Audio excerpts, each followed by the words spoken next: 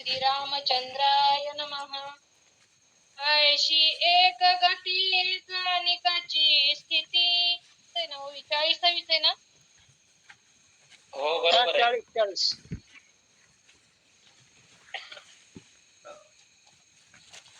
अंगिरी घती त्या प्रेत धरोणिया, अंगिरी घती त्या प्रेत पिशाच होती.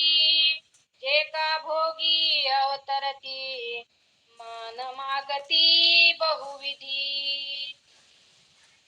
पुंडरीक वरदारी विठ्ठल श्री ज्ञानदेव तुकाराम प्रभु रामचंद्र भगवान की जय. पवन सुत हनुमान महाराज की जय. शांती ब्रह्म एकनाथ महाराज की जय. नमो विठ्ठला राजया पांडुरंगा. नमो रुक्मिणी माऊली ज्ञान गंगा. नमो पुंडलिका नमो चंद्रभागा. नमस्कार माझा पांडुरंगा. दक्षिणे लक्ष्मण यश वामे तु जनकात्मजा. पुरतो मारुतिर्यश तुम वंदे रघुनंदनम. महासंत साधू प्रतिष्ठान वासी स्मराय गणाथापदी मुक्तिरासी. जयाचे ग्रही कृष्णजी कार्य करिता. नमस्कार माझा श्री सद्गुरु एकनाथा. श्री गणेशाय नमः. श्री सरस्वती नमः. श्री प्रभु रामाय नमः. असो प्रथमतः ग्रंथाचा अधिष्ठान भगवान परमात्मा श्री प्रभु रामचंद्राच्या चरणावर लोटांगण. ग्रंथकर्ते नाथबाबा गावोबा काकांच्या चरणी वंदन. संत श्रेष्ठ हनुमंतरायाच्या चरणी वंदन. संपूर्ण महाराष्ट्र भावार्थ रामायण प्रेम या ग्रुपच्या माध्यमामधून ही संपूर्ण कथा घराघरात पोहोचवणारे या ग्रुपचे आधारस्तंभ असणारे श्रीयुत हरिभक्तीपरायण गडदेसर सगळ्याकडून कथा करून घेतात, त्यांनाही वंदन. आणि संपूर्ण रामभक्त कथा परिसन करणारे या सर्वांच्या चरणी वंदन. भगवान परमात्मा प्रभू रामचंद्र आणि रावण युद्धकांडातील 65वा अध्याय या विषयाकडे वळत असताना युद्धकांडामध्ये दोघांचं घनघोर असं युद्ध झालं. न भूतो न भविष्यती अशा प्रकारचं युद्ध झालं. त्यामध्ये प्रभू रामचंद्र आणि रावण यांच्या युद्धाचं वर्णन करायचं जर झालं तर त्या युद्धाच्या वर्णनाला दुसरी उपमा देता येत नाही. ज्ञानोबा सांगतात, हे असो येत ऐसे राम रावण झुंजीन दे कैसे. राम रावण जैसे मिनले समरी. समरांगणाच्या ठिकाणी राजा रावण आणि प्रभू रामचंद्र भिडले. भिडल्याच्या शेवटी राजा रावण सर्व काही त्याच्याकडे होतं, पण तरी धुळीच्या ठिकाणी मिळाला. कितीही माणूस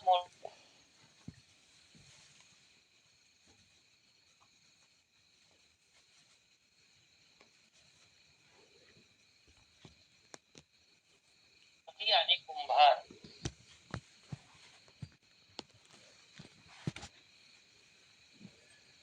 म्हणते, हे कुंभार दादा, तू आज तुझ्या हातामध्ये माझ्या मातीचा गोळा केलेला आहे चिखलाचा, आणि वाटेल तसं धोपटतोय, वाटेल तसा आकार देण्याचा कार्य करतोस. पण एक दिवस लक्षात ठेव रे हे कुंभार दादा, एक दिवस असा येईल की या मातीतच तुला मिळावं लागेल. तसं राजा रावणाकडे सर्व गोष्टी आहेत, पण शेवटी मातीत मिळावं लागलं.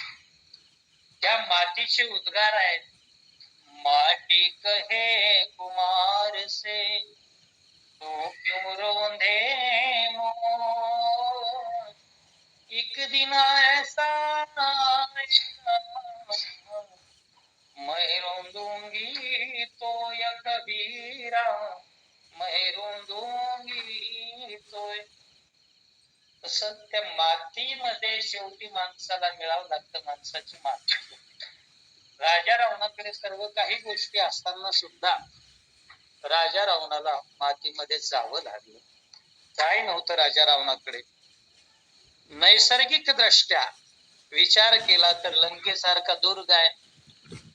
सोनियाची पुरी समुद्राचा वेळा, समुद्रावगाडा राक्षसांचा. सोन्याचं नगर आहे. त्या नगरीच्या भोवती नैसर्गिकरित्या असणारा तो वेडा आहे पाण्याचा चौकडून 400 कोसांचा. त्याला वाटत होतं या बळावर की मला मारण्यासाठी कोणी या ठिकाणी येऊ शकत नाही. तरीही प्रभू रामचंद्र तिथं पोहोचले आणि पोहोचून राजा रावणाला मारलं. मारल्याच्या नंतर ती बातमी अंतपुरामध्ये पोहोचली. पोहोचल्याच्या नंतर सर्व राण्यांचा विलाप आपण मागच्या अध्यायामध्ये 64 अध्यायामध्ये ऐकला. त्या सर्व राण्या येतात. कोणी केस तोडतोय, कोणी छाती बडवतोय, कोणी धाय लढायला लागलेला आहे, कोणी अंग धरणीवर टाकलेला आहे. अशा प्रकारचं दुःख करताय. पण एवढ्या जरी राण्या असल्या तरी सर्व राण्यांपेक्षा वेगळी असणारी ती सती असणारी मंदोदरी. ती मंदोदरीचं दुःख मात्र सर्वांपेक्षा वेगळं आहे. ऐंशी सहस्र त्या सुंदर कमी माझी मुखर मंदोदरी. 80,000 राजा रावणाला पत्न्या, पण त्या 80,000पैकी सर्वश्रेष्ठ कोणती असेल तर ती मंदोदरी आहे. ती मंदोदरी दुःख करते. दुःख करत असताना ते दुःख जगाच्या मालकाने पाहिलं आणि पाहिल्याच्या नंतर भगवान परमात्म्याने सांगितलं विभीषणाला, विभीषणा तिचं जे दुःख आहे ते दुःख पती गेल्याच्या नंतर, पती निधनानंतरच येणार दुःख ते निश्चितच ते दुःख करेल. पण एक काम कर, तिचं सांत्वन करण्याचं काम कर. असं म्हटल्याच्या नंतर धर्मात्मा असणारा शरणागत विभीषण त्या ठिकाणी आला आणि आपल्या मधुर गिरावाणीनं त्या मंदोदरी मातेला सतीला समजावून त्या ठिकाणी सांगतोय, मंदोदरी तू ज्याच्यासाठी शोक करत आहेस, शोक राजा रावणासाठी करते ना, मग तर ते राजा रावणासाठी शोक करत असताना काही गती त्या ठिकाणी सांगितल्या की गती, कोणत्या गतीला तुला जायचं. कारण आमच्यासाठी एक गती तुकोबरायाने सांगितली. तुकोबराय म्हणतात, ग्रस्ताश्रमी आहात ना, तुम्हाला उत्तम गतीला जाता येत. जोडूनी आदर उत्तम व्यवहारे उदास विचारे वेच करी उत्तमची गती तो एक पावेला उत्तम भोगिल जीवखान. ग्रस्त असणे जीवनामध्ये आल्याच्या नंतर पैसा कमवा. पैसा कमवल्याच्या नंतर उत्तम ठिकाणी गोरगरिबांना, रंजण्या गांधलेल्यांना त्याच्यावर खर्च करा. उत्तम गतीला माणूस जातो. विनाशायास तस सती आहेस, तू पत्नी आहेस, तुला कोणत्या गतीला जायचंय तू ठरव. पती सहगमन कसं करायचंय, तू कोणत्या पद्धतीनं जाणार आहेस हे सांगत असताना प्रेत धरून आगी निघते. एखाद्या स्त्री प्रेताला धरून त्या प्रेतासोबत आगीमध्ये जातात, पण त्यांना फळ काय, तर प्रेतासोबत आगीमध्ये गेल्याच्या नंतर प्रेत पिशाच होती. म्हणून ही गती तुझ्यासाठी योग्य नाही असं विभीषणजी सांगू लागले. बोलत ऐसी एक गती कानिकची स्थिती पतीने मला मध्यरात्री त्याने नती देह भ्रमे. हो, गती सांगत असताना सांगतायत विभीषणजी म्हणतात, वहिनी साहेब ऐका, एकेकाच्या गतीचं काय वर्णन करावं. काही जण प्रेताला कवटाळून आगीमध्ये गेले तर प्रेत पिशाच होऊन फिरत राहिल्या. ती गती तुमच्यासाठी योग्य नाही, कारण तुम्ही श्रेष्ठ असणाऱ्या एक पतिव्रता आहात. कारण रामायण ग्रंथामध्ये श्रेष्ठ पतिव्रतांची अनेक ठिकाणी नावे आली अहिल्या माता आलेल्या आहेत, अनुसया माता आलेल्या आहेत, सुलोचना आलेल्या आहेत, सीता माता आहेत, उर्मिला आहेत, कौशल्या माता आहेत.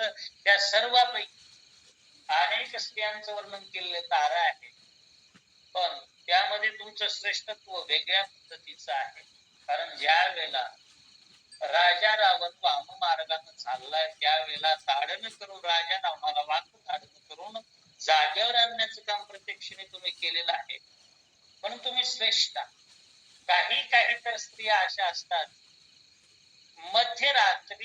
मध्यरात्रीच्या वेळेला पती त्या ठिकाणी निघून जातो, त्याचं देहावसान होतं. देहावसान झाल्याच्या नंतर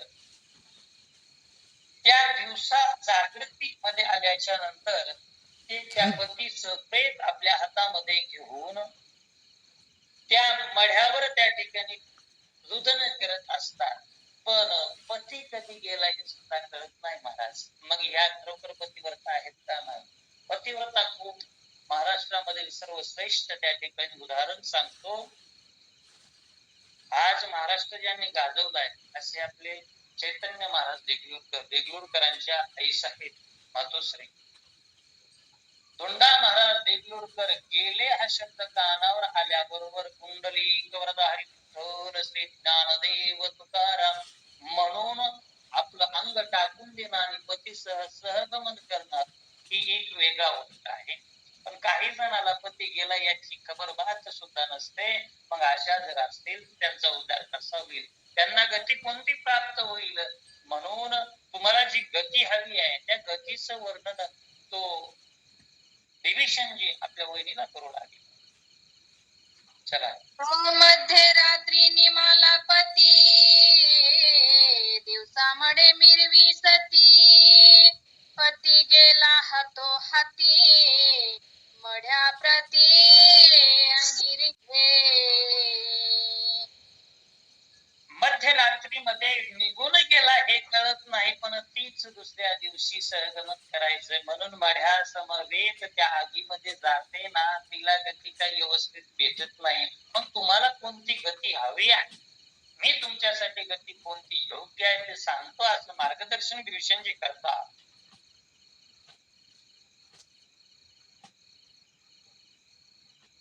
चला, आवाज येतोय का? येऊ का? हा, घ्या. जरी देहाची पती होय तरी तो तैसाची पडिला आहे, गेला गेला म्हणती काय नेनती सोय तयाची. वहिनी साहेब, एका गोष्टीचा विचार करा. तुमच्या समोर तुम्हाला वाटत असेल माझा पती कोण, या गोष्टीचा विचार केला पाहिजे. तसं प्रत्येक माणसानं सुद्धा विचार केला पाहिजे.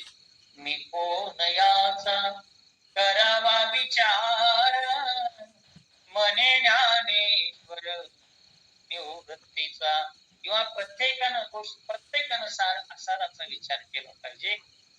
कारण खरं काय खोटं काय या गोष्टीचं हे केलं पाहिजे. कारण राजहंसाप्रमाणे माणसानं जीवन जगावं, नाहीतर एकीकडे कावळा आणि एकीकडे राजहंस, दोन्ही मध्ये खूप जमीन आसमानचा फरक असतो.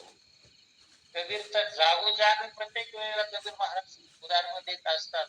कबीरा लहरी समंद की मोती बिखरे आई, बगुला भेद न जानई हंसा चुनी चुनी खाई कबीरा, हंसा चुनी चुनी खाई.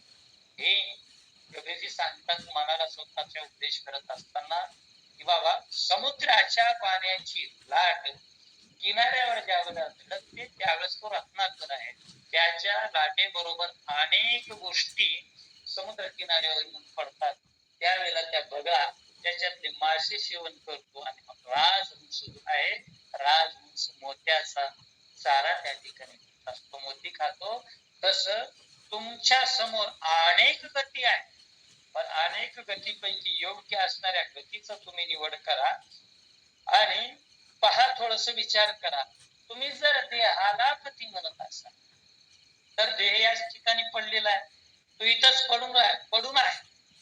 आणि मग देह तर गेला, नेमकं गेलंय तरी कोण या देहातून? गेला गेला म्हणशी काय? नेमकं निघून कोण गेलेला आहे याचा थोडासा विचार करा. नेम ती सोयत यायची, नेम त्या लोकांना काही कळत नाही कोण नेमका गेलाय. म्हणून देहाला पती मानू नका. पती कोण आहे? तर आत्मा त्या ठिकाणी पती आहे. अशा प्रकारे सूक्ष्म रूपानं विभीषणजी बोलू लागले. एकी शुद्ध सत्वात्मका पती चैतन्य जाणून देखा, सांडून देहाचा आवाका सायुज्य देखा साथी ती. पतिव्रतेमध्ये तुम्ही श्रेष्ठ आहात. तुम्ही सत्व भावाच्या शुद्ध सात्विक असल्यामुळे तुम्हाला सांगतोय की पती चैतन्य जाणून देखा.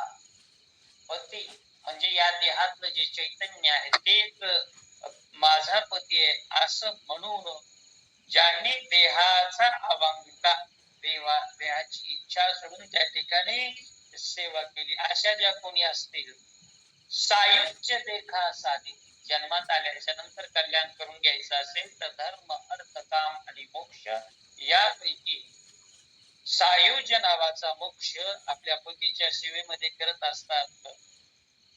पतीच्या सेवेनं त्यांना प्राप्त होत नाही. तर ज्ञानोबराय सुद्धा म्हणतात ना, पतीची मता अनुसरून पतिव्रता अनायास आत्महिता भेटेची ते.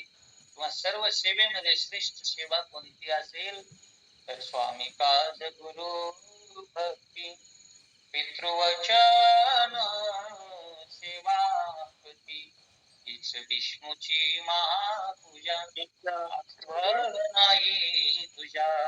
म्हणून ज्यांनी चैतन्याला या देहामधल्या पती मानलंय आणि सत्वरूपानं त्याला भजलेले आहेत ना, अशांना सायुज्याची प्राप्ती होते असं योग्य मार्गदर्शन विभीषणजी वैला करताय.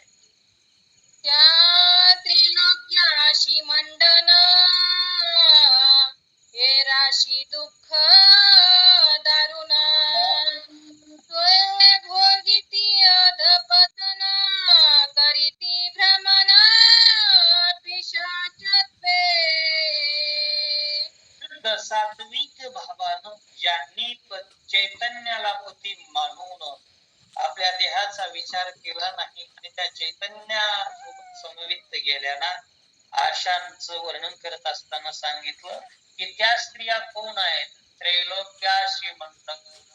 तिन्ही लोकांमध्ये त्या भूषणावर आहेत. म्हणून आज कित्येक युगानुयुग गेले पण त्या सती असणाऱ्या स्त्रियांची नावं निघतात, कारण त्यांनी ती कमाई करून ठेवलेली आहे.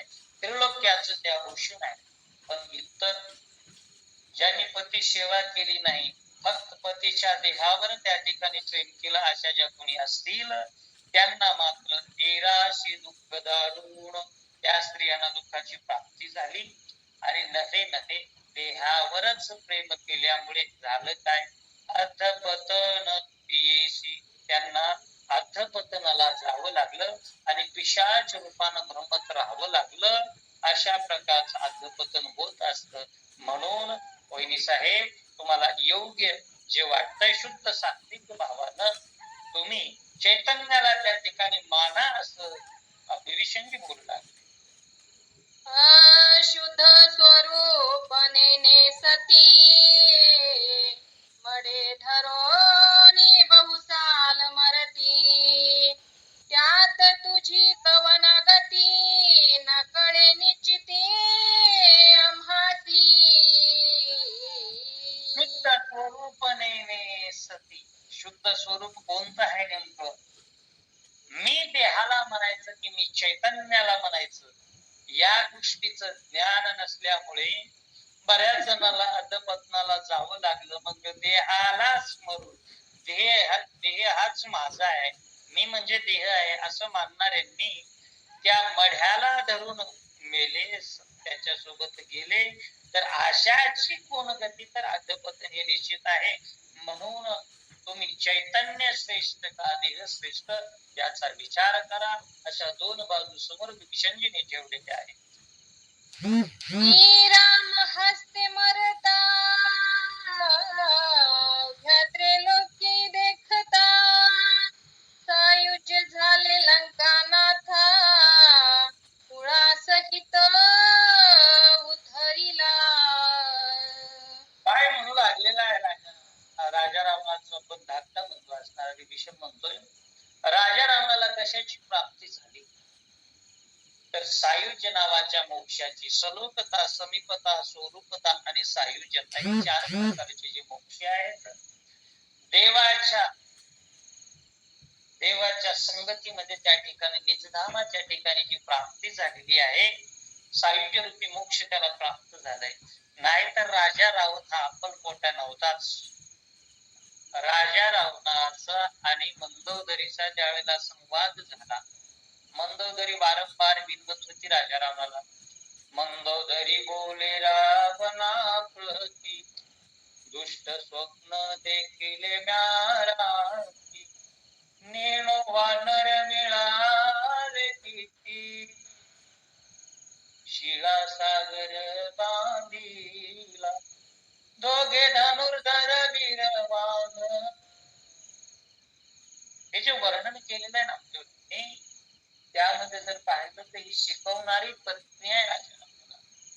नाच प्राणनाथ, तुम्ही वाम मार्गाला जाऊ नका. त्या वाम मार्गाला गेल्याच्या नंतर तुम्ही अधोगतीला जा. त्यावेळेस एकांताच्या ठिकाणी राजा रावणाने मंदोदरीला नेलं आणि मंदोदरीला सांगितलं, हे मंदोदरी, ही गोष्ट तुलाच कळते आणि मी वेदाचे विभाग करणारा हा महान प्रतापी राजा रावण ह्याला कळण्यासारखी नाही का? मलाही माहित आहे, पण ऐक, मी जर रामासोबत युद्ध केलं, रामाला पाहिलं, नुसतं पाहिलं असलं तरी मला मोक्ष मिळाला असता. कारण त्याच्या पाहण्यामध्ये मोक्ष आहे. धर्म अर्थ काम मोक्ष शिव देखता प्रत्यक्ष. देवाला नुसतं पाहा तुम्ही मोक्ष मिळतो. आणि मी तेच पंचवटीच्या ठिकाणी गेलो त्यावेळेला काय, पंचवटी श्रीरामा सन्मुख जाता मीच पावतो सायुज्यता सकळ पोळ उद्धरणार्था सीता चोरुनी आणली. सीतेला चोरून आणलं का? तर कुळाचा उद्धार होण्यासाठी आणि मग त्या कुळाच्या उद्धारासाठी सीता चोरून आणलेला राजा रावण युद्धामध्ये प्रभूच्या बाणाने सायुज्य त्याला प्राप्त झालं. भगवंताची कृपा अशी आहे, भगवंत जे मोक्ष देतात ना, मोक्ष बाजारात मिळणारी वस्तू नाही महाराज. मोक्ष खूप महागडी वस्तू. मोक्ष दुराराजू फिर होय अरे तो आराधी तुझे पाय म्हणून धाडीशी देत जाय पायी पूजयसा. भगवंताची लीला आहे. मोक्ष कुणालाही देत नाहीत, पण भगवंत जर आपल्याकडे येणारा शरण विरुद्ध भक्तीने जरी शरण आलेला असला तरी मारून मोक्ष देतात. कपी कुळ उद्धरिले मुक्त केले राक्षसा म्हणून सायुज्य झाले लंकानाथा कुळा सहित उद्धरिला. राजा रावणाचा उद्धार करू रामचंद्राने मारून सकळ राक्षसाच्या कुळासहित केला. त्याचा शोक करिता देख अवघे विश्व म्हणेल मूर्ख तू ही पाहे निज विवेक दशमुख कवन तो. जी गोष्ट गेलेली आहे त्या गेलेल्या गोष्टीचा शोक करणं कितपत योग्य आहे. राजा रावण गेलाय, पण गेलाय तो साधारण गेला नाही, तो मोक्षाला गेलाय. मग ज्याचं सोनं झालंय ज्याच्या जीवाचं, एखादं म्हातारा माणूस पिकलं पान मेलं तर सहज बोलता बोलता माणूस म्हणतो त्याचं सोनं झालं, त्याचं जीवन कृतार्थ झालं. कारण आता शेवटच्या क्षणाला विटंबना होण्यापेक्षा तो गेल्यानं चांगलं झालंय. तसं राजा रावणाचं जाणं हे सायुज्य प्राप्तीला होतं. देवाच्या समोर त्या ठिकाणी गेला होता, निजधामाला गेला, 4 प्रकारच्या मुक्ती त्याला प्राप्त झाल्या. पण ज्याला सर्वस्व प्राप्त झालंय म्हणून सुद्धा अशाच मरण सुखावं आहे. तसं ज्याचं मरण चांगलं झालंय, भलं झालंय, शेवट तो भला माझा बहु गोड झाला, आलो निजाच्या माहेरा, भेटी रखुमाईच्या वरा. माझा शेवट इतका गोड झाला म्हणजे राजा रावणाचा, की भगवान प्रभू रामचंद्राची भेट झालेली आहे. मग इतकी त्याच्या अंतीची स्थिती जर प्राप्त झाली असेल त्याला, तर त्याच्यासाठी शोक करणं हे जग तुला मूर्खत्व ठरेल, मूर्ख म्हणेल. म्हणून थोडासा विचार कर, विचार करणं गरजेचं आहे. आणि तो विचार साराचा केला पाहिजे. सार विचार करा उठाउठी, उठाउठी तातडीनं तू विवेक कर. आणि दशमुख कोण आहे, राजा रावणाचा कोणत्या गतीला प्राप्त झालाय, तुला काय करायचंय याचा तू विचार. जरी देह मनशी रावणा, तरी तो तैसाची आहे जाणा. मनशी त्याहुनी विलक्षण, त्याचे ज्ञान तुझ नाही. पण तुला वाटत असेल, म्हणतो तरी वहिनी साहेब, तुम्हाला वाटत असेल जरी देह मनशी राजा रावणाच्या देहाला, या पार्थिव देहाला इथं पडलेल्या भूमीच्या ठिकाणी याला जर तुम्ही देह म्हणत असाल, तर तो कुठे गेलाय, आहे तसाच आहे ना. इथं पडलेला आहे, त्याचे पाय आहेत, त्याचे हात आहेत, धड आहे, मुंडके पडलेले आहेत. मग मग तो रावण आहे का त्याच्यामध्ये असणारं चैतन्य रावण आहे, याचा थोडा विलक्षणपणानं तो विचार कर. कारण तुला ज्ञान नाही खऱ्या अर्थानं असं मला वाटायला लागलंय. म्हणून ज्ञानानं, विवेकानं विचार करून कोण रावण याचा तो शोध घे. घेते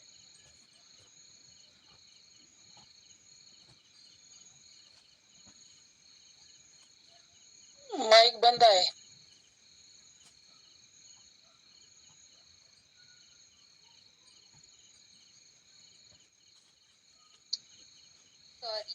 इंद्रियेची मनशी पती, स्वतः चैतन्य ती नोहेती. ज्यांच्या ठाई चाळक शक्ती, तो निश्चिती वेगळाची. हो, तुला जर असं वाटत असेल की पडलेली इंद्रिय आहे, ती इंद्रिय जर त्याला पती म्हणत असतील, तर हे सुद्धा योग्य नाही. कारण त्यांच्या ठिकाणी चलन वलन करण्यासाठी चालक शक्ती जी आहे ती वेगळी असते. नाहीतर इंद्रिय तर प्रत्येकाला, मुख्याला सुद्धा इंद्रिय आहे, रसट इंद्रिय आहे, मुख आहे, पण त्या मुख्याला बोलता येत नाही. एखादा बहिरा माणूस असेल, त्या बहिऱ्याला कान असतात, पण कान असून सुद्धा त्याला मशीन लावावी लागते का? ऐकण्याची क्रिया करण्याची चलन ती ताकद त्याच्यामध्ये श्रवण शक्ती नसते. पण इंद्रिय दिसत असतात, पण ते इंद्रिय चालवणारा वेगळा असतो. त्यानं दिले ती इंद्रिय, पण इंद्रिय चालवण्याची ताकद सुद्धा त्याच भगवंताने दिलेली आहे.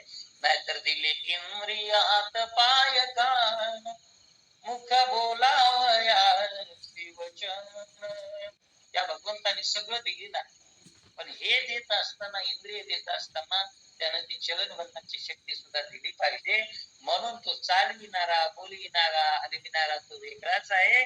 तो वेगळा जो आहे त्याचा शोध घे, शोध घ्या, अशा प्रकारची विनंती विभीषणजी करताय. ऐशे स्थूळ सूक्ष्म कारणा, चौथा देह महाकारणा. चाळक त्याहुनी भिन्न, न कळे चिन्ह तयाचे. अतिशय स्थूळ, सूक्ष्म कारण, महाकारण हे चारही प्रकारचे देह असतात. पण या चारही प्रकारच्या देहाचा चालविता कोण आहे? तो परमात्मा आहे ना. या देहामध्ये प्राणवायूचं चलन वलन करणारा तोच आहे. ज्ञानोबा आहे, खूप गोड वर्णन करतात. ना बोलविल्या वेदू बोले, ना चालविल्या सूर्य चाले, म्या हलविल्या प्राणू हले, जो या देहाते चालिता.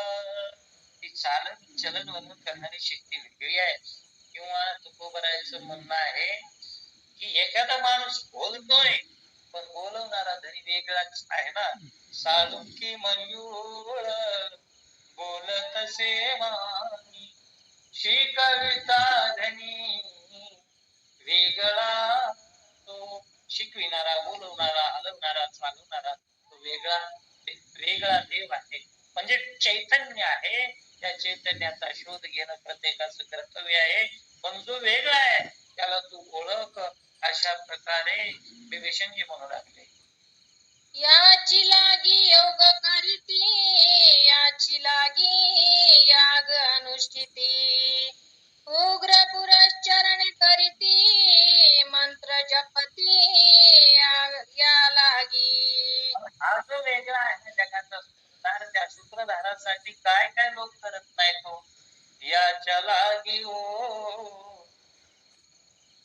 तीर्थ, तप, तीर्थाटन, योग, योग करतायत लोक. योग, योगामध्ये किती देहाला त्रास. योगाची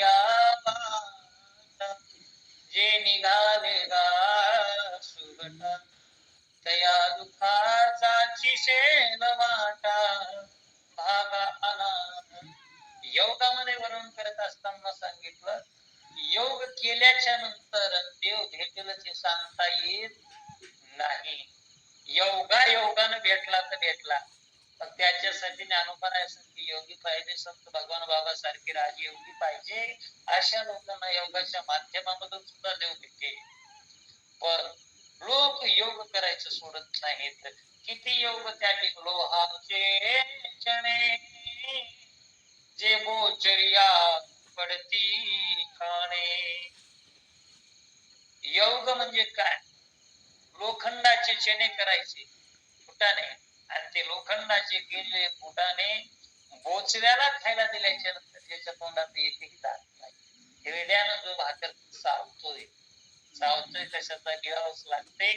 मग ज्याला दातच नाही तर अशाला लोखंडाचे चणे करून खायला दिल्याच्या नंतर किती त्रास होतो, तितका योगामध्ये त्रास आहे. आता ते खाणं म्हणजे जीवन जगणं नसून ते मरण आहे. हे जसं, पण इतकाही याची लागी योग करीती, याची लागी याग किती. याच कोणी सूर्य सोमयाग करत असेल, कोणी सूर्ययाग करत असेल, कोणी अश्वमेध याग करत असेल, कोणी याग करीत असतील. पण कशासाठी? व्हावा, वेळोवेळा व्हावा पांडुरंग, यासाठी सर्व करतात. कुणी कुणी तर करीती. काही जण तर इतकं देहाला देतात की एक पायावर उभा राहायचं आणि सूर्याकडे पाहायचं. याही पेक्षा उग्र काय सांगावं. तयार करायचा, त्यावर एक अंगुठा ठेवायचा आणि देहाचं वजन त्या एका अंकुश सूर्य देवतेकडे पाहायचं आणि देव मला मिळावा याकरता ही शरीराला त्रास द्यायचा, पिडायचं. हे कशासाठी? मंत्र जप नाम म्हणून हा चलन वलन करणारा परमात्मा, त्याचा व्रत तप आहे दान, तीर्थाटन, नैष्टिक ब्रह्मचार्य पूर्ण, या लागी जाण आचरती. बऱ्याच जणांची व्रत साधलेली आहे. नाना प्रकारचे व्रत करतो, वैकल्य करतो, उपवास करतोय आपण, तप नाना प्रकारचं. कारण देव प्राप्त व्हायचा असे म्हणतं, देवीन दैवत दिलेल्या विण प्राप्त, गुजे विण हेच कोण सांगे. तपाशिवाय देवताची प्राप्ती नाही म्हणून लोक तप करतायत. कोणी दान करतायत, कोणी गोदान करत असेल, कोणी भूदान करत असेल, कोणी कांचन दान करत असेल, काही उदक दान करतात, नाना प्रकारची दान करतात, वस्त्रदान करतात. सर्वश्रेष्ठ असणारे विद्यादान आहे, अन्नदान आहे. नाना प्रकारची दान करण्याचा हेतू जर कुणा पाठीमागचा काय असेल तर तो देव आम्हाला प्राप्त झाला पाहिजे. बरं, ही लोक संपूर्ण मही तीर्थाटन करतायत, सगळ्या पृथ्वीवर फिरतायत. पृथ्वीवर फिरण्याच्या पाठीमागचा उद्देशच काय? आम्ही जगतामध्ये फिरल्याच्या नंतर आम्हाला देवाचं दर्शन होईल, तो आमचा होईल. काही जणांनी तर या देहाला आल्याच्या नंतर संसार आणि प्रपंच या गोष्टीमध्ये पडलेच नाहीत. जे लंगोट लावला ते लंगोट लावून पुन्हा संन्यासी म्हणून जे नैष्ठिक ब्रह्मचर्य व्रताचं धारण केलं. आमचे रामदास स्वामी असतील, सावधान हा शब्द ऐकल्याबरोबर त्यांनी पुन्हा प्रपंचामध्ये आले नाही.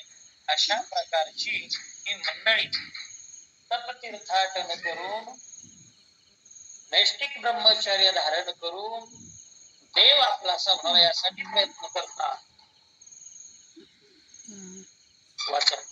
याची लागी क्षेत्रवास, याची लागी संन्यास, संसावरी घालोनी कास, होती उदास या लागी. देवासाठी कोण कोण काय काय करते सांगत आहेत. याची लागी क्षेत्रवास, काही जणांनी रामवास सोडला, वनवासाच्या ठिकाणी निघून गेले, पुन्हा गावामध्ये आले नाही, क्षेत्रवास या लोकांनी केला. काही वनवासात निघून गेले, काही तर सर्वस्वाचा त्याग करून जे क्षेत्र आहे, पंढरपूर असेल, काशी असेल, मोक्षपुरी असतील, अशा क्षेत्राच्या ठिकाणी देव भेटावा म्हणून क्षेत्रवास काही जणांनी केला.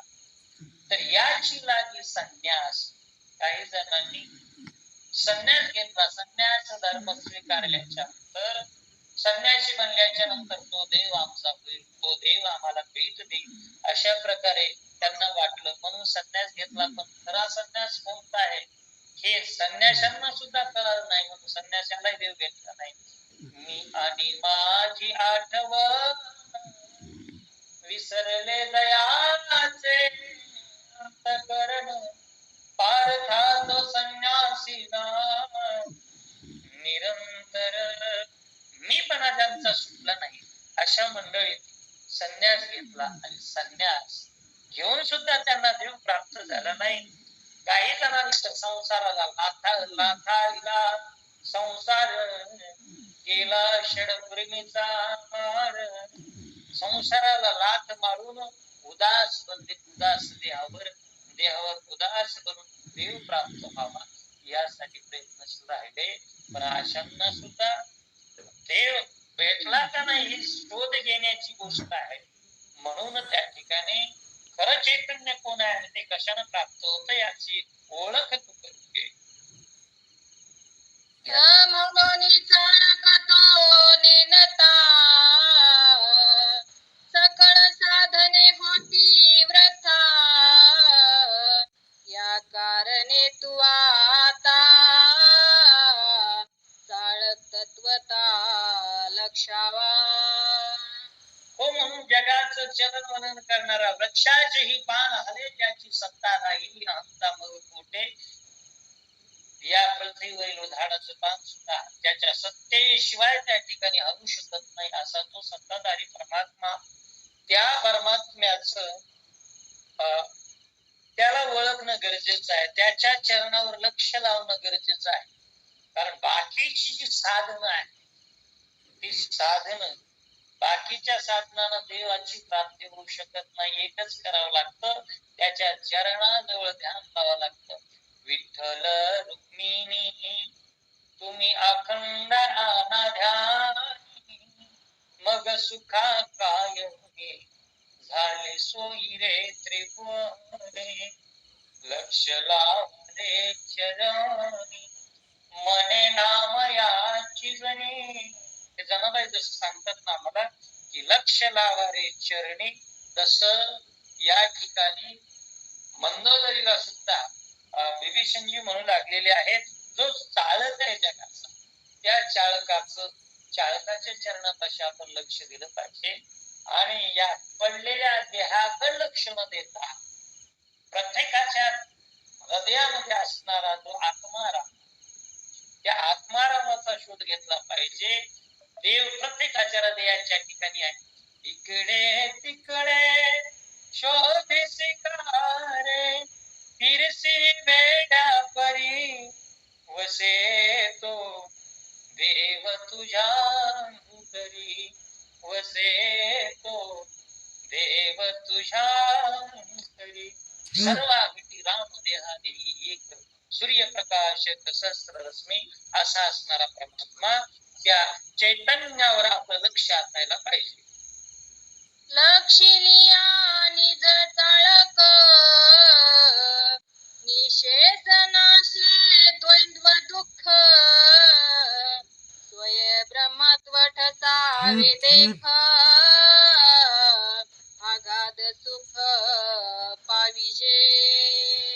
आणि त्या चालकावर परमात्म्यावर जर आपलं लक्ष असेल, लक्ष लागल्याच्या नंतर काय होतं, आपलं आपण ब्रह्म व्हायला वेळ लागत नाही, पण लक्ष कसं असायला पाहिजे. गोविंद गोविंद मना लागलिया छंद, मग गोविंद ते काया भेद नाही देवातया. देवाचाच सारखा ध्यास आपल्याला लागलं पाहिजे. आपलं लक्ष इतरत्र दुसरीकडे आकृष्ट झालं नाही पाहिजे. आपलं लक्ष फक्त आणि परमात्म्याकडे, परमात्म्याच्या चरणाकडे लागलं पाहिजे. आणि त्या चालकाकडे लक्ष लागल्याच्या नंतर आपल्या जीवनात फायदा काय होतो. निशेष नासे द्वंद दुःख, कसल्याच प्रकारची उणीव न राहता, बाकी न राहता, द्वंद दुःख जी आहेत प्रत्येकाच्या जीवनामध्ये, उष्ण आहे, शीत आहे, सुख आहे, दुःख आहे, अशा प्रकारची द्वेष निर्माण करणारी जी दुःख आहेत ती दुःख नाहीशी होऊन जात असतात. आणि स्वय ब्रह्मत्व ठसावे एक, अशा प्रकारचं सुख आपल्याला ब्रह्मसुख प्राप्त होतं. म्हणून भगवंताच्या चरणाकडे, त्या चालकाकडे लक्ष दिलं पाहिजे. आता स्वतया गोष्टी तुझ रावणाची अवस्था मोठी, तरी आता उठा उठे राम जग जेठे आडविल. तुला वाटत असेल की हे ब्रह्मज्ञानाच्या गोष्टी मला दुःख काय झालेलं आहे आणि ब्रह्मत्वाच्या गोष्टी काय सांगायला लागलेल्या आहेत असं वाटत असेल तर माझा परमात्मा काय नव्हे केले का चिंतिता विठ्ठले तो परमात्मा त्याच्या मनात आल्याच्या नंतर काय करणार नाही. मनात आलं तर आता तुझी इच्छा असेल तर प्राण प्रभू रावणाला उठवतील, त्याच्या देहात प्राणाचा संचार होईल आणि तो उठेल. हे उठवायचं का सांगा, अशा प्रकारची विचारणा विभीषणजी करताय. नेन श्रीरामाचे महिमान व्रथाची करीसी विलपण, राम परमात्मा पण अलक्ष संपूर्ण सुरशिद्धा. हो, तू दुःखानं विलपन करायला लागले, मोठमोठ्यानं रडायला लागलेली आहेस, तर माझ्या प्रभू रामचंद्राला तू जाणलं नाहीस. कारण देवाला ओळखलं पाहिजे, देवाला जाणून घेतलं पाहिजे. जीवनात धन्य व्हायचं असेल तर एक गोष्ट महत्वाची आहे, त्याला जाणलं पाहिजे. ओळखीला हरी धन्य तो संसारी, मोक्ष त्याचे घरी शेती सहित. शेती सहित मोक्ष त्याच्या घरी राहतो. पण नेमतेपणा घ्यायचा नाही, जाणतेपणा घ्यायचा. पण तुझं उलट झालंय नेमकं. नेमती रामाचे महिमान, व्रथाशी करीशी विलपन. व्रथा वाया विनाकारण त्या ठिकाणी विलाप करायला लागली, सुख करतेस. राम परमात्मा आपण सगळ्या जगाचं जीवन राम आहे, जो देवादिकांना सुद्धा कळला नाही, देवादेवतांच्या बुद्धीच्या कक्षेच्या बाहेर आहे, असा परमात्मा सुरक्षिताला अलक्ष असणारा तू जाणून घे. राम द्रष्ट्या ते उपजविता, राम जीवाते जीविता, राम काळाचा संहारता, राम सर्वथा अलक्ष. हो, भगवंताला जाणण्याचा प्रयत्न केला बऱ्याच जणांनी, पण शेवटी या निर्णयापर्यंत आले कुठपर्यंत. ब्रह्मदेव जो आहे तो ब्रह्मदेव अखंड रात्र दिवस या सृष्टीचं सृजन करण्याचं काम करणारा तो सृष्टा तो कुठून निर्माण झाला? सहस्राब्द बुडता ब्रह्मयासी ठाऊन निघेत यासी कोणी आकाशाविषयी तो ब्रह्मदेव ज्याच्या नाभी कमलामधून जन्माला आला याचाच अर्थ ब्रह्मदेव हा त्या ईश्वराचं बाळ लेकरू आहे. म्हणून तो सृष्ट्याशी उपजविता ब्रह्मदेवाला निर्माण करणारा तो जगाचा मायबाप आहे. एवढंच नव्हे, राम जीवाचे जीवविता राम हा सगळ्या जीवाचं भरण पोषण करणारा आहे. सकळ जीवाचा करी तो सांभाळ तुझ मोकलील ऐशे सकळ जीवाचा आहे. नव्हे काळाचा संहार असा मारक सुद्धा तो आहे. नाहीतर काळाचा काळ जगाला खात असतो. कारण काळ क्षणाक्षणानं जात आहे. आपल्या जीवनामध्ये तो सरत आहे. चिमुटीत एखादी बारीक पिठाची चिमूट झाली काही न करता नुसती आपण हातात एक कण त्याच्यातला निघून खाली चिमूट आपल्या बोटाची नुसती रिकामीच राहते. तसं असणारे दिवस आहे ते दिवस नाही. चली जा रही है उमर धीरे धीरे कुणाचा कुणाला वेळ लागत नाही. बचपन बालपण जातंय, जवानी तारुण्य निघून जातंय, पण त्या ठिकाणी आपल्या पुढे घेऊन उभा टाकतोय. कशा प्रकारे हा काळ आहे. हा काळ सगळ्या मनुष्य आहे. बरोबर सांगतात काळाच्या तोंडी घातली सगळं जग ह्या काळाच्या तोंडात घातलंय. पण रामाचा जर विचार केला तर किती मिळाची नेमीला सांगता काळुगासी तसे हे म्हणणे आगते पंड सुता सकळे जयाची मियाची नेमीला सांगता. काळ जरी जगाला खात असला तर काळ आमचा भगवान परमात्मा म्हणेल तसा वागतो. कारण तो काळ हा देवाचा सेवक आहे, नौकर आहे. मालक जसं सांगतो ना तसं करतो. म्हणून काळाचा संहर्ता असणारा परमात्मा आहे. म्हणून त्या भगवंताच्या चरणावर लक्ष असायला पाहिजे. सर्वथैव आपलं लक्ष भगवंताकडे असावं. राम इंद्रिया चेतविता राम प्राणाते चाळिता राम मनाते कल्पिता राम बोधव्यता बुद्धीची. इंद्रिय जरी असतील तर त्या इंद्रियाला चेतना देणारा चेतविता तो परमात्मा आहे. प्राण आहे, या प्राणाला चालवणारा तो परमात्मा राम प्रभूच आहे. राम मनाते कल्पिता, या मनामध्ये कसल्या प्रकारचे विचार आणायचे, संकल्प आणायचे का विकल्प आणायचे याची कल्पना करणारा सुद्धा भगवान परमात्माच आहे. नव्हे बुद्धी जी आहे, बुद्धी, या बुद्धीला बोधव्यता, बुद्धीला ज्ञान पुरवण्याचं काम, ज्ञान देण्याचं काम सुद्धा भगवान परमात्मा करतात. आणि म्हणून सर्व देह जरी आपला असला तरी चालत मात्र परमात्मा आहे. यापेक्षा दुसरं कोणताही उपदेश त्या ठिकाणी नाही. म्हणजे देवाशिवाय आपलं काही चालत नाही. ते मंगळगिरीला विभीषणजी सांगताय. राम चित्ताचे चेतवे रामे अहंकारा भाव अंतकरणी आवरण भाव जाण स्वयमेव श्रीरामे. हो, भगवान परमात्मा पूर्ण आहे. मन बुद्धी चित्त आणि अहंकार, अंतकरण चतुष्ट. मन, ह्या मनाला सुद्धा मनानं ध्यास घेतला तर मनही राम झाले. मन हे राम झाले.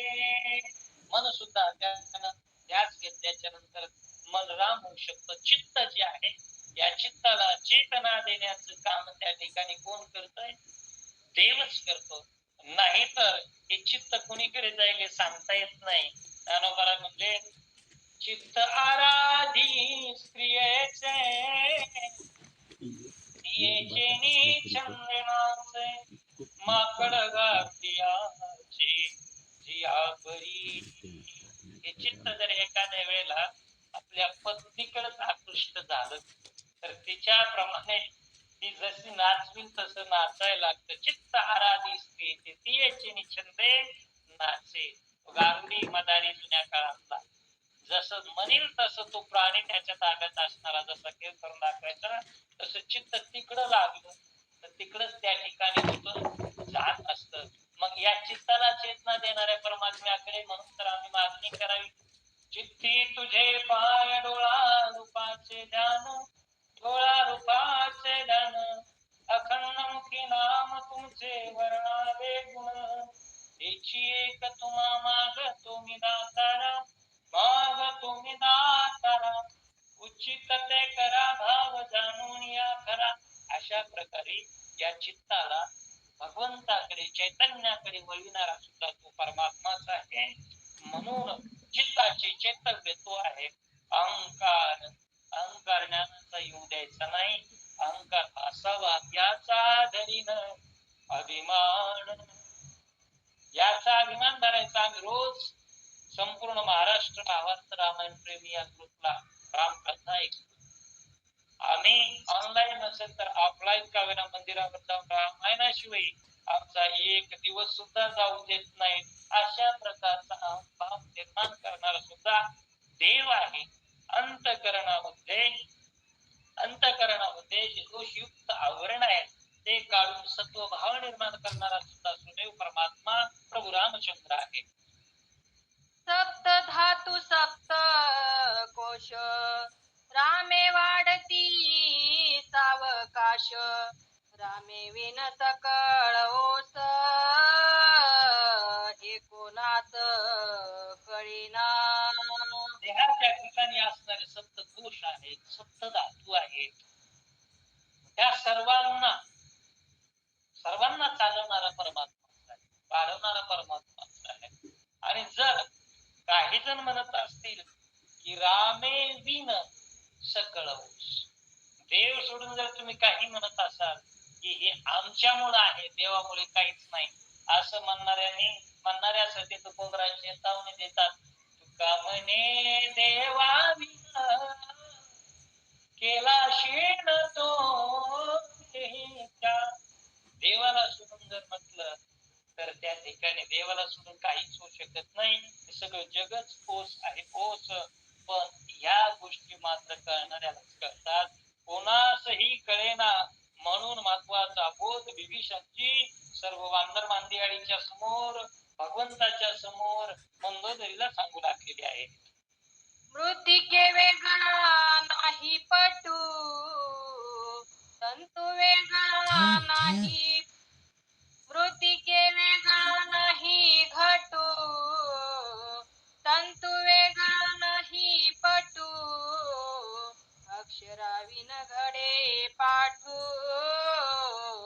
जाण स्पष्ट महासतिये. हे महासती वैद्य साहेब ऐका, घट वेगळा आणि घटातून माती वेगळी असं होईल का? नाही. घट बनवायचा असेल तर त्या घटाला अधिष्ठान कशाचं आहे? माती. घट आहे मातीच नाही असं कधी होईल का? होणारच नाही. मृत्तिके वेगळा नाही घटू, मृत्तिकेशिवाय घट बनू शकत नाही, तसं देवाशिवाय जगतच नाही. तंतु वेगळा नाही पटू, कापड आहे, त्या कापडामध्ये कापड आणलंय आम्ही आणि असं कापड आणलंय बाजारातून, आश्चर्यकारक, त्याच्यात पटच नाही, त्याच्यात दोराच नाही, असं जर एखादा शहाणा म्हणत असेल तर ते मूर्खपण आहे. कारण हे विश्वाचं वर्णन करत असताना मुक्ताबाई सांगतात, विश्वपट दाम दोरा काठी उघडा ज्ञानेश्वरा. ब्रह्म आणि या ब्रह्म विश्वपट हे जग जे आहे ना, जग हे कपडा आणि त्या कपड्यामध्ये उभे आडवे जे गुंफित केलेले धागे आहेत, धागे म्हणजे देव आहे. म्हणून तंतूशिवाय कपडा नाही. आणि एखाद्यानं ठरवलं पाठ आहे, पाठ एखादा धडा, तो धडा असा आहे की त्या धड्यामध्ये अक्षर नाही. ही गोष्ट साजेशी नाहीच ना, कारण धडा अक्षर असू शकत नाही. तसं हे जग देवाशिवाय असू शकत नाही. देवसूत्र आहे जगाचा. जो जो घट निपजे गगन त्यास बाहे सहजे देवी प्रतिमा रघुराजे निजांगे व्यापीजे निपजता. जो घट निपजे गगन त्यास बाह्य सहजे. अहो, एखाद्या कुंभाराने जर घट तयार केला आणि प्रत्येक घट, त्या प्रत्येक घटामध्ये पाणी भरलं तर त्या सहजच त्यामध्ये आकाश दिसायला लागते, घटाकाश. तसं प्रत्येक या देवानं निर्माण केलेला जो मानवरूपी घट आहे, या मानवरूपी घटामध्ये देव नाही असं म्हणून चालणार नाही. प्रत्येकाच्या अंतःकरणामध्ये देव आहेच. म्हणून मृत्तिके वेगळा जसा घटू नाही तसा देवा वेगळा, देवाशिवाय दुसरं काहीच नाही. म्हणून चैतन्य हे फार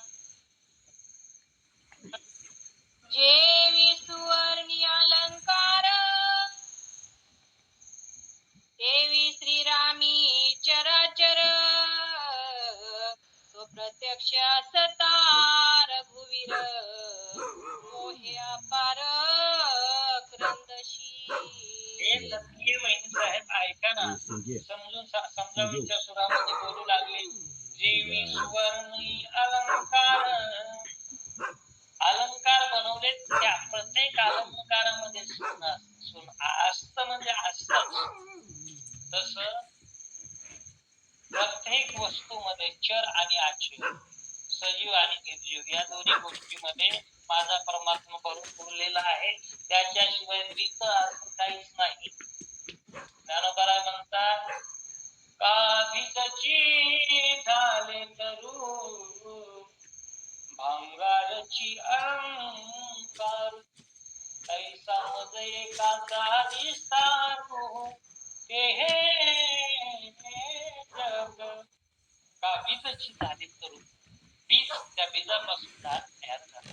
आता पहात्याने असं म्हणावं का की झाड तयार झाले त्याच्यात बीज नाही? बीजापासूनच त्या झाडाची निर्मिती आहे, त्याच्यामध्ये बी असणारच. पण ते खोडात बी आहे, पानात बी आहे, फांद्यात बी आहे, फुलामध्ये बी आहे, फळामध्ये बी आहे, सगळीकडे बी आहे. तसं कोणत्याही प्रकारचे दागिने तयार करू द्या, अंगठ्या तयार करू द्या की गळ्यामधले हार तयार करू द्या, त्या प्रत्येक वस्तूमध्ये, अलंकारामध्ये, दागिन्यामध्ये सोनं हे आहे म्हणजे आहेच. तसं चर अचर सृष्टीमध्ये माझा परमात्मा आहे. म्हणून विठ्ठल जळी मरणा रीता ठाव नाही पुरला. सगळीकडे परमात्मा भरलेला आहे. तुकोबराई हिंदुस्थानी मध्ये सांगतात की तुका प्रभु देश विदेश खाली नाही देश. तुका प्रभु देश विदेश, सगळ्या देश आणि विदेशात परमात्मा भरलेला आहे. भरिया खाली नाही देश, एक दोरा नाही, एक कणभर सुद्धा जागा अशी नाही की त्या जागेमध्ये परमात्म्याचा अस्तित्व नाही. या कणाकणामध्ये, रोमारोमामध्ये देव भरून उरलेला आहे. या गोष्टीचा तू विचार कर. अशा प्रकारे विभीषणची सांगता आहे. ऐसे विभीषणे सर्वज्ञे सांगता हित वचने त्याची बाणले तत्क्षणे निज ज्ञाने अति चतुर.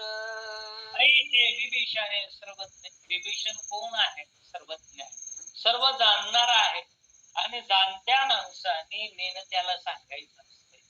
आणि म्हणून जाणतेपणाच्या भावनेनं विभीषणजी सांगू लागलेले आहेत. पण सांगत असताना कशा प्रकारे सांगावं ते संत सांगतात ना. उपकाराची गोष्ट सांगत असतात. संतांचा उपकार वर्णावया नाही कोर, त्यांचं वर्णनच करू शकत नाहीत. आणि हिताच्या गोष्टी सांगत असतात.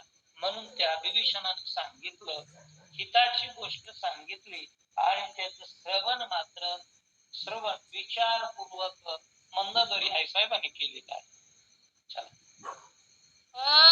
जेवी मेघमुखीचे उदक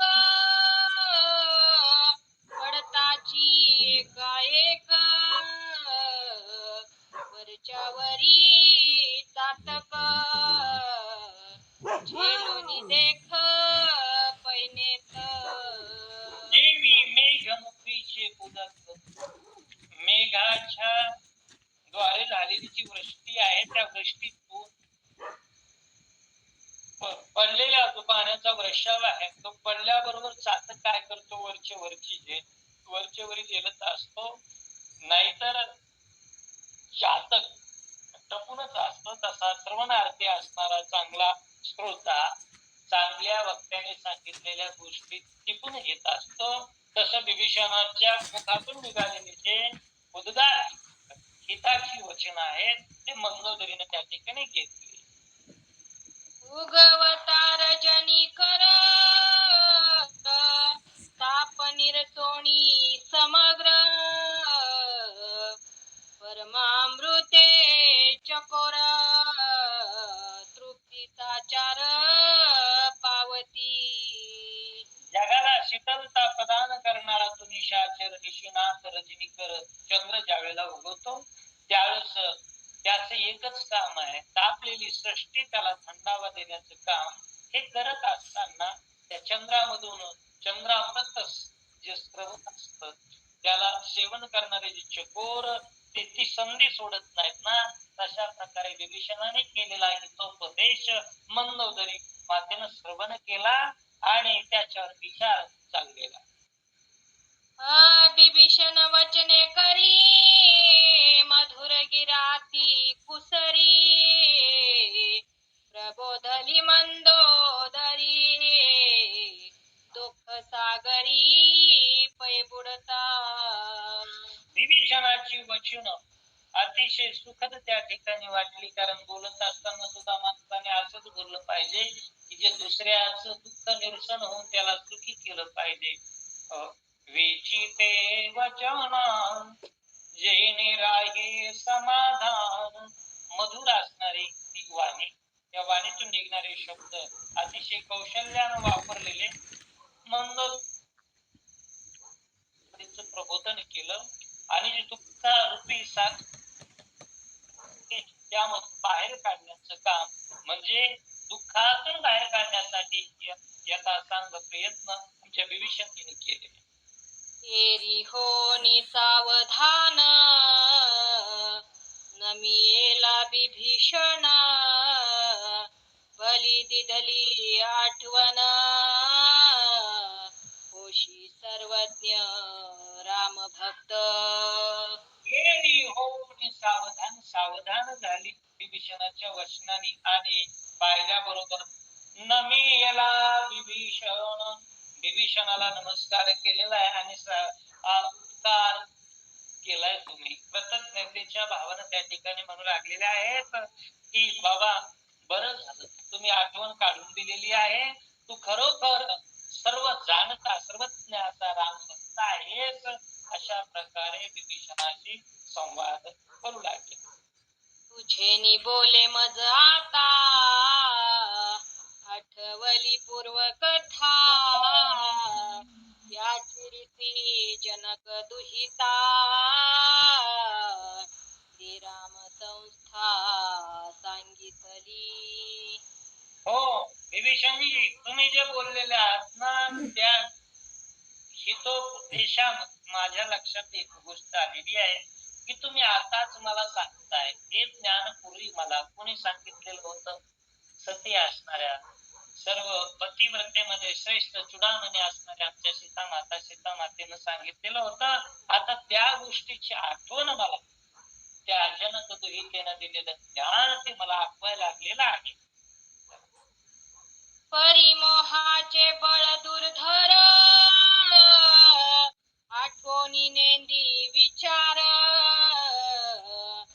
तुझा जो का वचन भास्कर किरणे खडतर तयाची म्हणून परी काय म्हणायला लागलेले आहेत, मला आठवलं कशामुळे, तुमच्या वचनामध्ये ती ताकद आहे, आठवण करून दिली. पण झालं होतं असं माझं की मोहामध्ये मी गुंतले होते. आणि माणसं कुठं ना कुठं तरी गुंतत असतात, आणि जी गुंततात ना शेवटी गुंतत बसावं लागतं. म्हणून तर तुकोबराय म्हणतात, नको नको म्हणा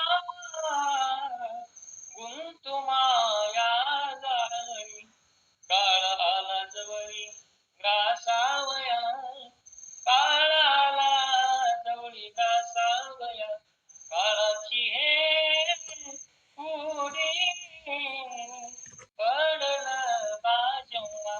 म्हणून प्रत्येकानं कुणीही मायेच्या मोहाच्या जाळ्यामध्ये, अनुग्रह किती मोठं उदाहरण देतात पहा. मोह जर एखाद्याच्या मनामध्ये आला, मोह किती नाशाला कारणीभूत ठरतो.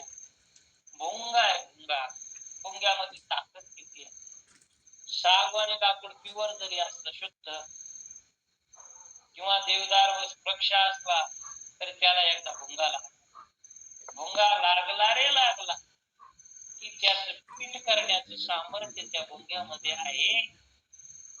पण तो मोहामध्ये आडकतो तेव्हा त्याचं काय होतं, का भ्रमर घेती कोडे भलतेचे काष्ट कोरडे, तो कळिके माझी सापडे ओवळी. ओवळ्या कळिकेमध्ये कळीमध्ये सापडतो, आणि त्या परिमळ रूपी मोहामध्ये गुंतल्यामुळे ज्या वेळेला सूर्य विकाशिनी कमल असतात, सूर्य मावळला की त्याच्या पाकळ्या मिटल्या, आणि त्यामध्येच तो मोहामध्ये गुंतलेला भुंगा, पातळ असणारी ती कमळाची कळी शिरण्याचं त्याला भानच राहत नाही, आणि गुंतूनच त्यामध्ये मरतो.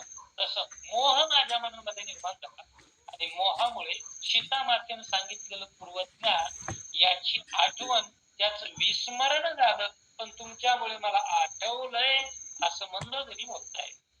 त्यांचा पडिताची प्रकाश मोहतमाचा रहाश झाला न लागता निमेष हृदय कोश उजळला. त्या सापडताची प्रकाश तुमच्या वचनामृताच्या सूर्यरूपी किरणांचा प्रकाश माझ्या हृदयावर पडला. हृदय कोश त्या ठिकाणी माझा उजळला गेला, आणि मती त्या ठिकाणी कुंठित झालेली आता विचार करायला लागली, आणि मला खरं ज्ञान काय याचं ज्ञान झालं. राम परमात्मा चित्त घन ऐशे निश्चय आले पूर्ण चराचरी रघो नंदन अनवचिन्न साक्षीत्वे. हो, मला आता या गोष्टीचं ज्ञानावर मी बोधावर पोहोचलेली आहे की राम परमात्मा आहे, आणि तो चित घन आहे. सच्चिदानंद स्वरूप असणारा परमात्मा आनंद रूपी मेघरूपी आनंदाचा वर्षाव करणारा तो गण आहे, आणि हे मला निश्चयात्मक कळालेलं आहे. आणि आता समजते की भगवान परमात्मा कुठं स्थळ या जाणार नाही. जिकडं पाहू तिकडं सगळीकडे त्या भगवंताचं रूप आहे. तो साक्षीने भरून पुरलेला आहे. तुका म्हणे साक्षी आली, जसं तुकोबराला साक्षी पटली तशा प्रकारे या ठिकाणी मला सुद्धा साक्षी प्रतीत झालेली आहे की हा परमात्मा रामचंद्र जगाचं जीवन आहे. रीती रावण स्वर्गात सनातन जानोनिया रघुनंदन निज शिरी करुण पूजिला. आणि म्हणून राजा राम ची जाण झाली होती, त्यांनी ओळखलं होतं परमात्म्याला, राम सर्वभूतामध्ये आहे. म्हणूनच आपल्या शिराने प्रत्येक उडालेलं जे शिर आहे ते उडालेलं शिर भगवंताला आरती करत होत आणि प्रेमानं त्या ठिकाणी राम लक्ष्मण भरत शस्त्र गुण भरत शस्त्र गुण माझी शोभे धनुर्विद्ये माझी शोभे या रघुराजाला वर्णन काम केलंय.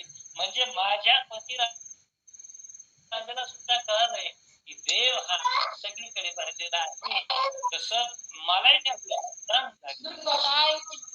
रघुराजा निज शिर छेदो नियोजा करिता प्रीती लक्ष पूजा विसपूजा उल्हास. काय माझ्या पतिराजाची निष्ठा असेल भगवान प्रभू रामचंद्राच्या चरणाजवळ, त्यांच्या स्वरूपाजवळ. राम कोण आहे तर सायुज्य रूपी मोक्ष प्रदान करणारा तो दाता आहे. त्याच्यासारखा दानशूर दाता कोणी नसल्यामुळे आणि त्या गोष्टीवर प्रसन्न होऊन आपल्या शिरांची लाखोलीवर लक्षावर एक शिर निघालेले तुटून पडलेले ते प्रभू रामचंद्राच्या चरणाला ओवाळणी केली. ओवाळूनच करत आली आणि हे करत असताना 20 भुजात्मक असणारा राजा रावणाला फार मोठा आनंद झाला. म्हणून त्यांना भेद कळला, मला सुद्धा तीच प्रचिती आली. दुर्जय कष्ट करोनी जाण सायुज्य साधिले आपण तो उठिता दशानन लागे संपूर्ण स्वामी द्रोह. कष्ट करून जाण सायुज्य साधिले आपण. आता मनातला भाव इथं मंदोदरी व्यक्त करतायत. म्हणतात विभीषणजी किती सायास केले, सायासाशिवाय देव त्या ठिकाणी प्राप्त होत नाही. प्रपंचामध्ये जर सायास करावा लागत असेल तर देव प्राप्तीसाठी सायास करावे लागले नाहीत का? करावे लागले. किती राजा रावण त्या ठिकाणी नाना प्रकारच्या यातना राजा रावणाला सुद्धा भोगावं लागले. हे सगळं करून त्यांना भगवंताचं निदान प्राप्त झालेलं आहे. आणि इथं जर देवांनी ठरवलं उठवायचं, त्यांना शक्य आहे उठवणं, पण हे माझ्या स्वामीला देवाची शरण लाभलेली आहेत ना, त्यांना उठवणं मला उचित वाटत नाही. आणि म्हणून तसं जर करायचा प्रयत्न केला तर स्वामीचा द्रोह त्या ठिकाणी लागेल. आणि भक्तांनी असंच वागलं पाहिजे. स्वामीची या मनोभावा न चुकी जे हेच परम सेवा कीर्ती गा पांडवा वाणिज करणे. स्वामीच्या मनासारखं स्वामीची भक्ती करणं हेच त्या ठिकाणी देवाला आवडण्यासारखं असतं. म्हणून मला स्वामीच्या मनाविरुद्ध करायचं नाही. आता त्यांनी देह त्याग केलाय, भगवंताशी मिलन त्यांचं झालंय ना, आता त्यांना उठवण्याच्या भानगडीत पडायचं नाही. कोण? मंदोदरी. निज देह रावण करुणिया नामार्पण सायुज्य पावला परिपूर्ण हेची आपण साधावे. जसं माझ्या नाथांनी केलं, त्यांनी काय केलं? तुका म्हणे प्राण करा देहासी अर्पण. तशा प्रकारे राजा रावणाने केलेला नीच देह राम. देह तर भगवंताच्या त्या चरणावर ओवाळून टाकला. लाख शिर जर भगवंताच्या चरणाची आरती करत असेल तर हा हाडा मासाचा कोथळा असणारा आपला देह रामाच्या चरणावरून ओवाळून टाकलेला आहे. तर प्राण सुद्धा रामालाच अर्पण केलेले आहेत. आणि एवढं समर्पित भावानं जर रावण माझा प्राणनाथ, माझा पतिराज जर भगवंताला मिळाले असतील तर मी सुद्धा त्यांनी जे केलं, त्यांनी जो मार्ग दाखवले त्या मार्गाशिवाय दुसऱ्या मार्गात जायचं नाही. मी माझा देह रामार्पण केला असा विचार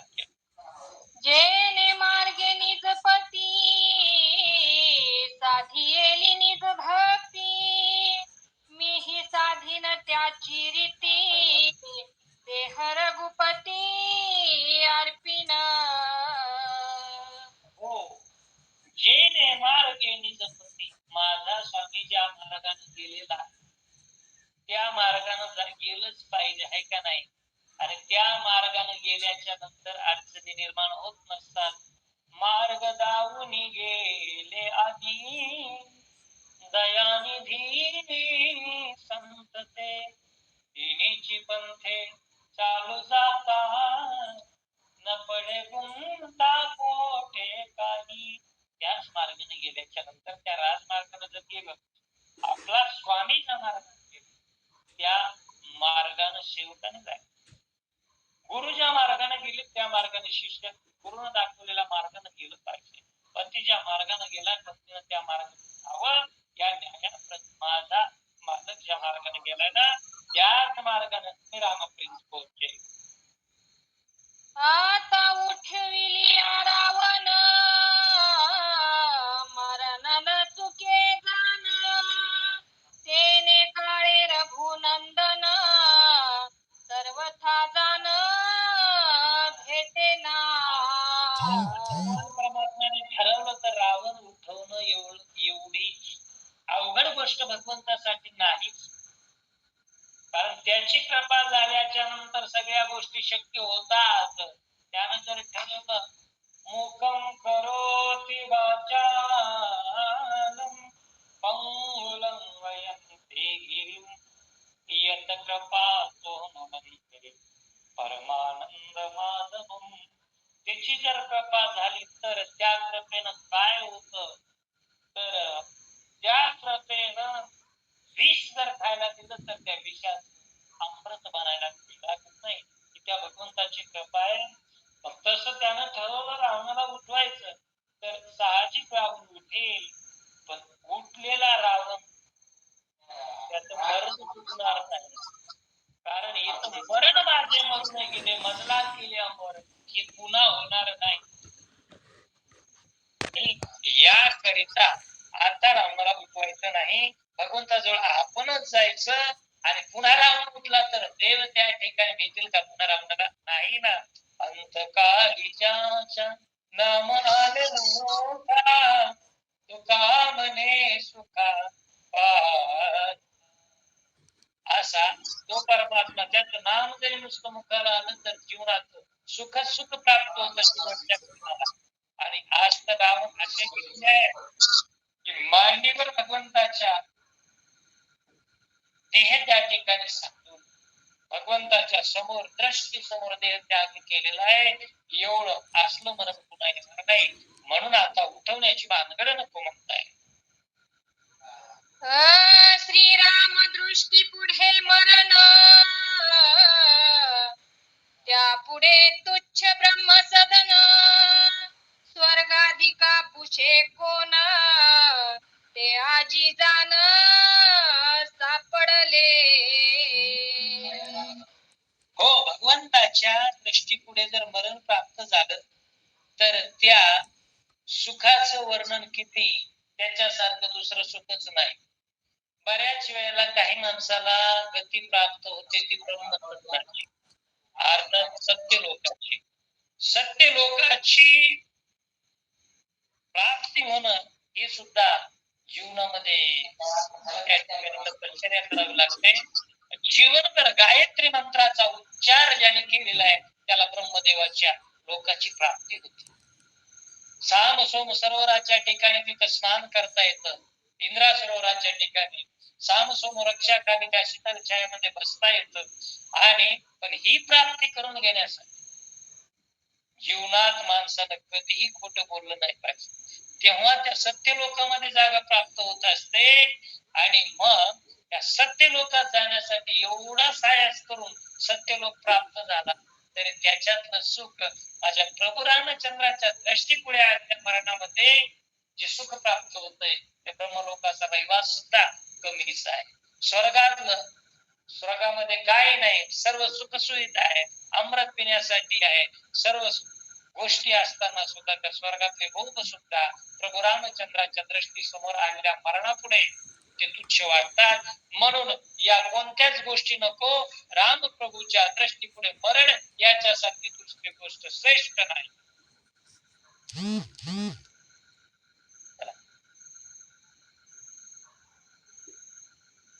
घ्या ताई. माईक चालू करा.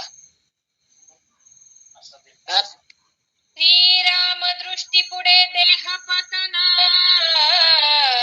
ब्रह्म सायुज्यतेने पूर्ण ते सांडोनी वाचियान नरक दारुण तयासी. एखाद्याच्या भाग्यवशामध्ये जर भगवान परमात्म्याच्या दृष्टी समोर देह त्याग करण्याचा, देह पतन होण्याची त्याच्या सौभाग्यामध्ये प्राप्त झालं तर त्याच्यासारखी पुण्याई दुसरी कोणतीच नाही.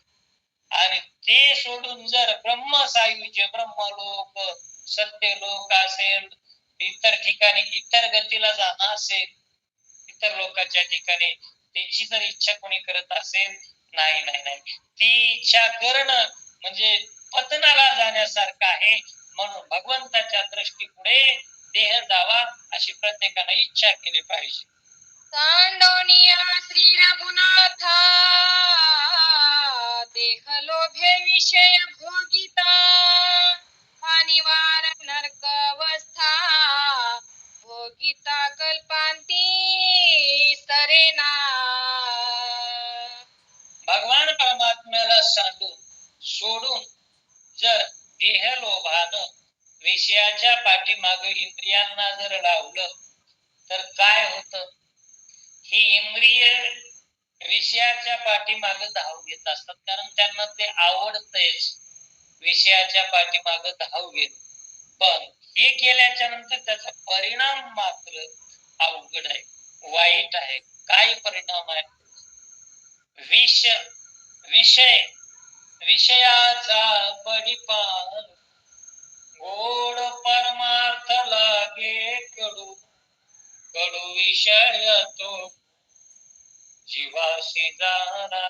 त्या इंद्रियाला आणि जीवाला कडू वाटणारे अमृतासारखं गोड असणार देवाचं भजन, श्रीराम जय राम जय जय राम, श्रीराम जय राम जय जय राम, हे भजन आवडत नाही.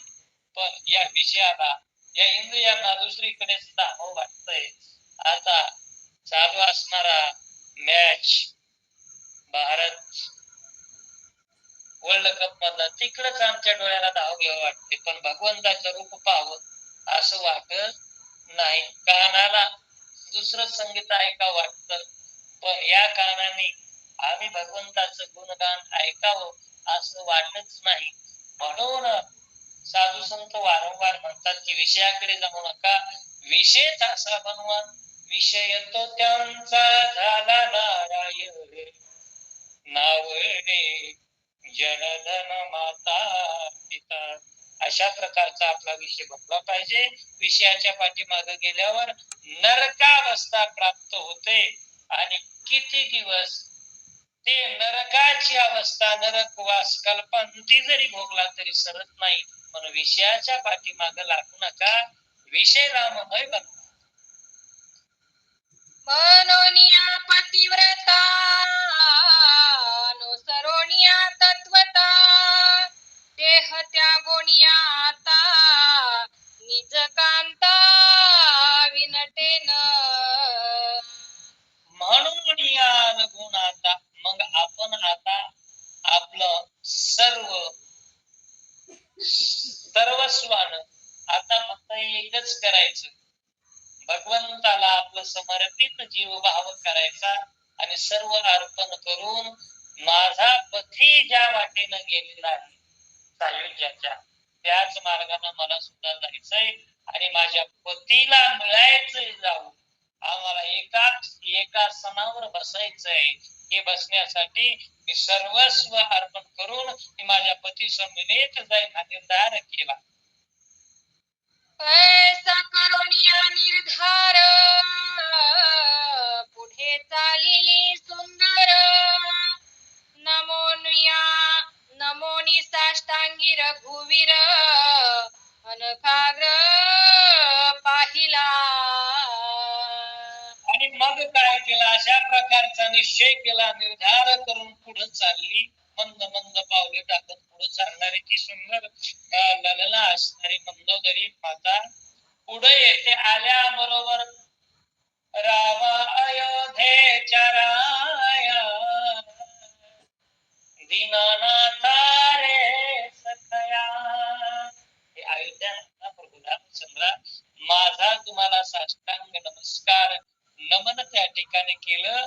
आणि तो परमात्मा आनकाग्र, नखापासून डोक्याच्या केसापर्यंत भगवंताचं रूप पाहिलं. त्या रूपामध्ये मोठी ताकद आहे. पाहता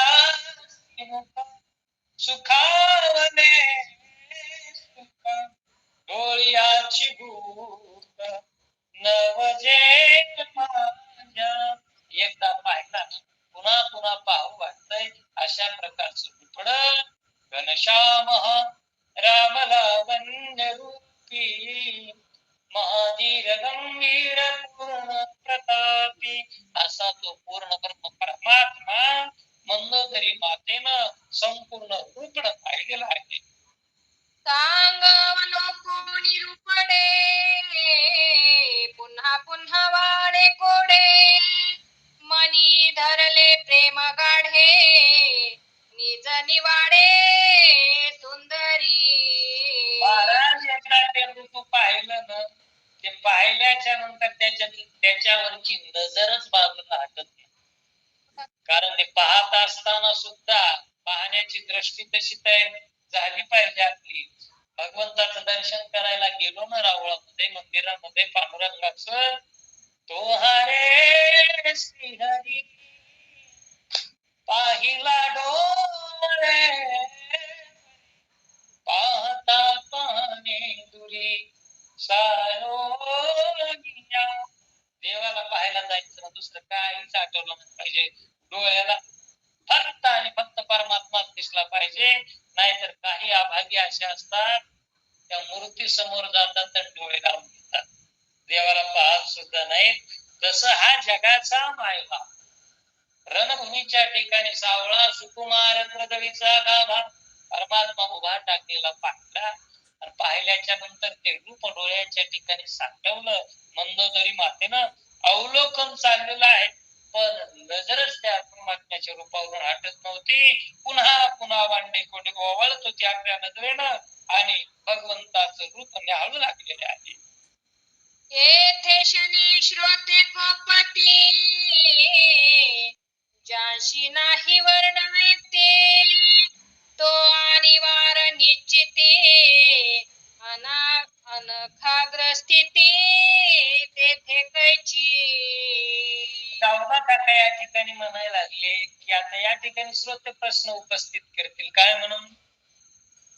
त्याचं वर्णन केलेलं आहे.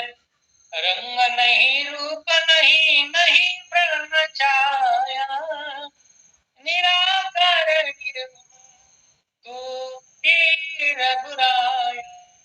भगवंताला ना रंग नाही ना रूप नाही, रंग नाही रूप नाही नाही प्रण छाया, कसल्याच प्रकारचा आकार नाही, ठाम नाही, गुण नाही, अशा प्रकारचा तो परमात्मा. मग ज्याला आकारच नाही ते आकार कसा पाहिला मंदोदरीने, असा प्रश्न त्या ठिकाणी निर्माण करतील आणि माझ्यावर रागावतील. आणि ज्याला रूपच नाही, ज्याला देहाकृतीच नाही, असा तो अनखाग्र कशा प्रकारे पाहिला, असा ज्या वेळेला श्रोत्यांना प्रश्न निर्माण होईल, त्याचं परिशीलन कशा पद्धतीने करतात ऐका. ऐशे उपेक्षिती उत्तर श्रोते परिशोत चतुर राम रूपांती तत्पर तोची अवतार धरितसे. हो माहित आहे आम्हाला. श्रोत्यांना पडलाय तोही प्रश्न योग्य आहे, कारण त्याला रूप नाही. तो परमात्मा आकाराला आलेला नाही. ज्ञानोबा सुद्धा म्हणतात अव्यक्त निराकार नाही ज्या आकार जेथून चराचर हरीशी भजे. अव्यक्त जो व्यक्त होत नाही, नाही ज्या आकार ज्याला आकार नाही, असा परमात्मा निराकारी तो परमात्मा. मग तो पाहिला कसा मंदोदरीने, हा प्रश्न जर श्रोत्याचा असेल तरी त्या प्रश्नाचं उत्तर सांगत असताना म्हणतात की तो परमात्मा निर्गुणात जरी असला तरी तो सगुण होतो का? आम्हासाठी अवतार मत्स्य कुर्मादी सुकर मोहे धाव घाली पाना नाम घेता पंढरीराना. त्या परमात्म्याचं जर नाव घेतलं मी, आर्त हाक मारली, त्याला रूपाला याची गरज नाही, आकार धारण करण्याची गरज नाही, पण तो परमात्मा जसं म्हणेल तसं होतोय. तशा प्रकारचं काम करायला लागतो. तो पावळे करुणी खळे हरिदासी. अंत संतांनी त्याला जरी रूप नसतं तरी त्याला रूपाला आणलं म्हणून तो आलेला, संतांनी आणलेला परमात्मा मंदोदरीनं स्वरूप तो पूर्णपणे निहाळला. म्हणून त्याच्या मनाची शंका दूर करतात. अबळा भोळे नेनती देवी अव्यक्ती प्रवेशती मनोनी रामाला व्यक्ती चित्त चिन्मूर्ती विबाहू. अबळा जो परमात्मा ज्याच्याकडे बळ नाही, असे बळ भगवंताचं बळ काय करत? ही भोळी बाबडी भक्त आहे. त्या भोळ्यांना त्या ठिकाणी भगवान परमात्मा कळणार नाही, त्यांना समजणार नाही. आणि म्हणून जे चैतन्य आहे, जो निर्गुण आहे असा परमात्मा निर्गुणाला जे भसतात, निर्गुणाची उपासना करतात, यांना कळेल. पण भोळ्या भाबड्यांना, साधारण भक्ताला त्या ठिकाणी करणार नाही. कारण काही जण सगुणाची उपासना करणारे आहेत. मग अशा सगुणाची उपासना करणाऱ्या भक्तासाठी परमात्म्याने नाना प्रकारची रूप धरली. अनंत रूपे अनंत वेशे देखिले नात्याशी देखिले नात्याशी बाप रखुमा देवीवर कुण बांधली कैशी. देव कसा आहे तर विठ्ठल उभा टाकलेला, गटीवर घर ठेवलेला असे एक रूप त्या ठिकाणी आपल्यासाठी खून म्हणून दाखवलं. फक्त तो परमात्मा वेळ जशी पडेल तशा प्रकारचा अवतार धारण करतो, रूप धारण करतो. असा तो द्विभुज झाला, अजानुभाऊ बनला. आणि हा अजानुभाऊ रूप मंदोदरी मातेनं पाहिलं. त्या ते सांगावलोकना केले प्रदक्षिणा नमन तीर्थ घेतले प्रार्थना उशे आज्ञापन सतीत्वा. हो, त्या ते सांग अवलोकून त्या परमात्म्याला काय केलं? संपूर्ण रूप पाहिलं डोळ्याभरामध्ये, संपूर्ण डोळ्यामध्ये ते अवलोकून पूजा करून भगवंताचं रूप पाहिलं आणि माझ्या परमात्म्याला नमन केलं. त्रिवार प्रदक्षिणा घातल्या आणि भगवंताला प्रार्थना केली आणि प्रार्थना करून विनवणी केली. सकळ देवा आदि देवा महानं रामा सदा. हे देवा, हे रुक्मिणी नाही का, जानकी नाही का, ऐका माझी प्रार्थना आहे. आता मी जाते, मी सहगमनपती समेत करणार आहे. पण हे करत असताना माझी एकच इच्छा आहे आणि ती इच्छा तुम्ही पूर्ण करा. काय करा? तुमच्या चरणाचं तीर्थ त्या ठिकाणी मला द्या. अशा प्रकारची मागणी केली आणि जाण्यासाठी मला आज्ञा द्या, अशा प्रकारची विनंती केलेली आहे. यथामध्ये यथावकाश झालेली रामायण रूपी सेवा भगवान श्री प्रभू रामचंद्र राजाच्या चरणी अर्पण